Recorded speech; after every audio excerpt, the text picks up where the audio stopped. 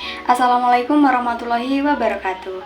Saya Anggi Aulia Mustika Ilmiani dengan NIM 234103050032, mata kuliah Psikometri, Program Studi Psikologi Islam dengan dosen pengampu Bapak Nuzul Ahadianto, SPSI, MSI. Halo semuanya, dalam video ini kita akan membahas 4 topik penting dalam psikometri. Yang pertama ada hakikat dan ruang lingkup, yang kedua sejarah dan perkembangan, yang ketiga konsep skala pengukuran, dan yang keempat konsep reliabilitas. Hakikat dan ruang lingkup psikometri. Psikometri adalah cabang ilmu psikologi yang berfokus pada pengukuran aspek-aspek psikologis seperti kepribadian, kecerdasan, sikap, dan emosi. Tujuannya adalah untuk mendapatkan data yang objektif dan terukur agar perilaku manusia bisa dipahami secara ilmiah.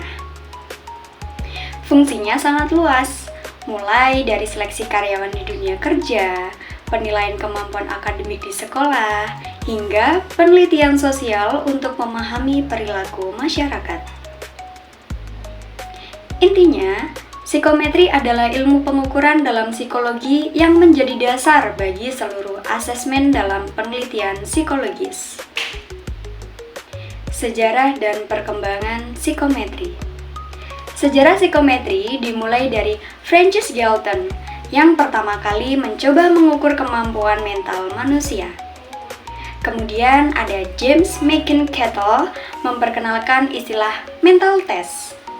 Selanjutnya ada Alfred Binet mengembangkan tes IQ pertama untuk menilai kemampuan intelektual anak-anak.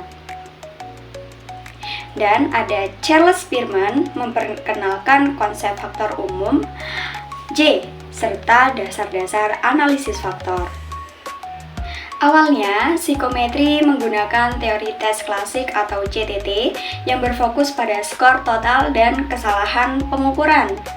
Namun, kini berkembang menjadi teori tes modern atau IRT yang lebih canggih, mampu menilai karakteristik butir soal dan diterapkan dalam Computerized Adaptive Testing atau CAT.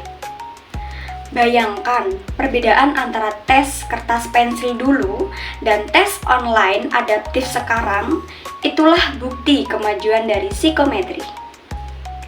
Konsep dan skala pengukuran psikologis. Berbeda dari pengukuran fisik seperti tinggi atau berat badan, pengukuran psikologis bersifat tidak langsung. Kita mengukurnya lewat perilaku atau respons dari individu itu sendiri. Ada 4 jenis skala pengukuran. 1. Nominal. Hanya membedakan kategori, misalnya jenis kepribadian introvert versus extrovert. Lalu ada ordinal, menunjukkan urutan seperti peringkat motivasi belajar, tinggi, sedang, rendah.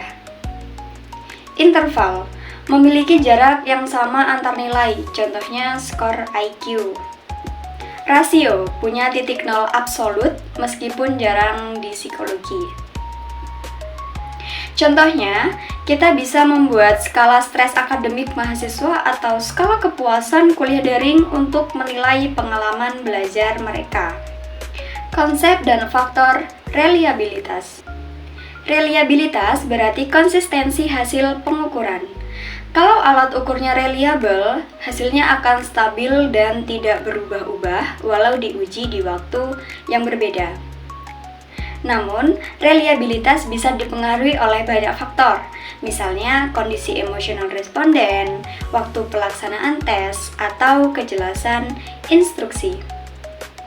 Contohnya, hasil tes kepribadian bisa berbeda kalau seseorang sedang stres, atau tes IQ bisa berubah karena waktu ujian terlalu singkat.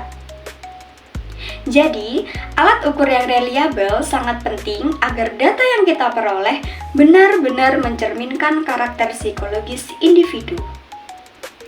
Kesimpulannya, psikometri bukan sekedar membuat tes, tapi sebuah ilmu pengukuran ilmiah untuk memahami manusia secara objektif dan akurat.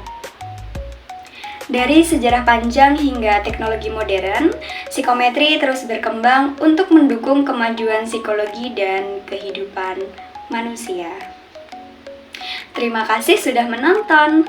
Jangan lupa, ilmu pengukuran yang baik adalah dasar dari psikologi yang kuat. Sekian dari saya. Wassalamualaikum warahmatullahi wabarakatuh.